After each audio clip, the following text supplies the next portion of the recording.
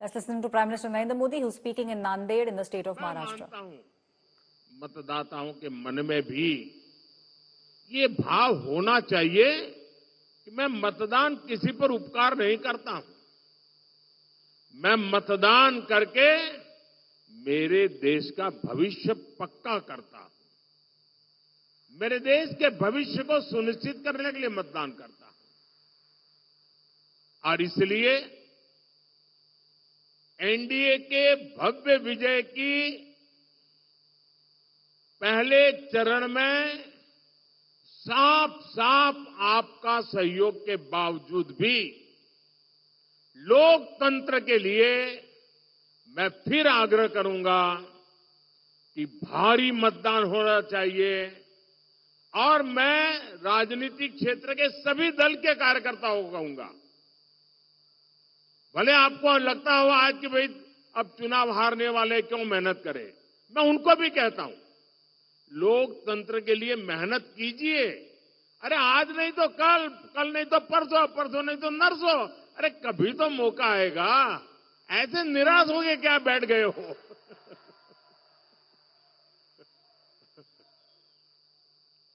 और इसलिए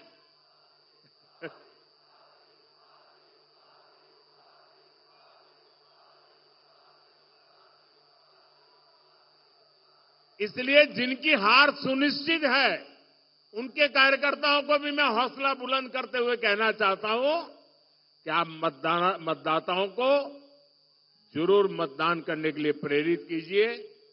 क्योंकि दुनिया के लोगों को, दुनिया में वोटिंग परसेंटेज बहुत कम होता है।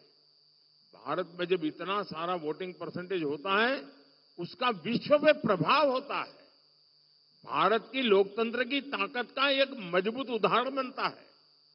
दुनिया को भी भारत को समझने के लिए अधिकतम वोटिंग बहुत जरूरी होता है। और आने वाले 25 साल तो विश्व में भारत के महात्म्य के वर्ष है। और इसलिए अधिक मतदान हमारी लोकतांत्रिक ताकत का परिचय देता है। साथियों, वोटर भी देख रहे हैं कि कैसे इंडी अलायंस के लोग अपने स्वार्थ में, अपने भ्रष्टाचार को बचाने के लिए एक साथ आए हैं। और इसलिए खबरें यही है कि पहले चरण में वोटर्स ने इंडी अलायंस को पूरी तरह नकार दिया है। क्योंकि मतदाता जब मतदान करने जाता है सोचता है भाई ये इंडी अलायंस वालों आखिर देश किसके हाथ में सौंपना है, कोई तो चेहरा बताओ। इतना बड़ा देश हम किसको सुपुर्द करें, कुछ तो बताओ। वो बता ही नहीं पा रहे हैं।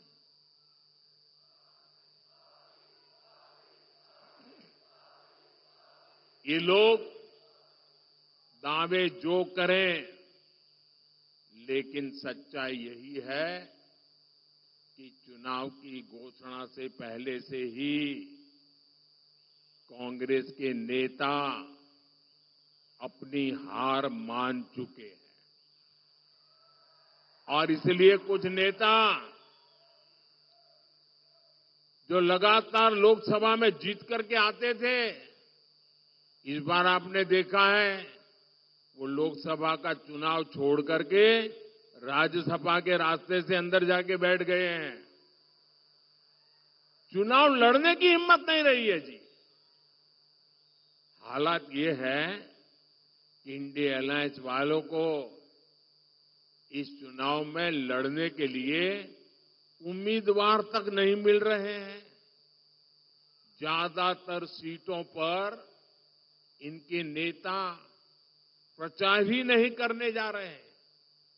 और आप जानकर के हैरान हो जाएंगे, इस देश की करीब करीब 25% सीटें ऐसी हैं, 25%, जहां ये इंडी अलायंस के लोग अंदर अंदर एक दूसरे के खिलाफ चुनाव लड़ रहे हैं। अब वो किस प्रकार की बातें करते हैं जी। कोई कल्पना कर सकता है, चलो भाई एक आध दो में गड़बड़ हो जाए वो तो समझ सकते हैं। 25% सीटें ऐसी है इस देश की लोकसभा की जिसमें ये जो अपने आप का गठबंधन का क्लेम करते हैं वो आपस में चुनाव लड़ रहे हैं, आपस में एक दूसरे को जेल में डालने की बातें कर रहे हैं, आपस में एक दूसरे पर आरोप लगा रहे हैं। क्या ऐसे लोगों पे भरोसा कर सकते हैं? क्या ऐसे लोगों पे भरोसा कर सकते हैं? जो अंदर अंदर भरोसा नहीं कर सकते हैं उस पर आप भरोसा कर सकते हैं क्या? देश भरोसा कर सकता है? जो आज साथ होने के बाद भी 25% सीटों पर लड़ते हैं, तो अगर उनको थोड़ी सीटें पार्लियामेंट में मिल गई तो अंदर भी वो तूफान करेंगे। और इसलिए इस चुनाव में इनको सबक सिखाना बहुत जरूरी है भाई। और देखिए, कांग्रेस के जो शाहजादे हैं उन्हें भी वायनाड में संकट दिख रहा है। शाहजादे और उनकी टोली 26 अप्रैल को वायनाड में वोटिंग का इंतजार कर रही है। जैसे ही 26 को वायनाड में वोटिंग पूरा हो जाएगा, ये शाहजादे के लिए एक और सुरक्षित सीट घोषित कर देंगे और कहीं और से फिर से लड़ाना पड़ेगा उनको, क्योंकि उनके अलायंस के साथी भी एक दूसरे को गालियां दे रहे हैं। कल आपने उनके एक साथी केरल के मुख्यमंत्री ने जो शाहजादे को सुनाई है, मैं भी कभी ऐसी भाषा नहीं बोलता हूं, ऐसी भाषा बोली है उन्होंने साथी को। ये हाल है उनका। अब जैसे इन्होंने अमेठी से भागना पड़ा, अमेठी छोड़ा, अब मान के चलिए वो वायनाड भी छोड़ेंगे।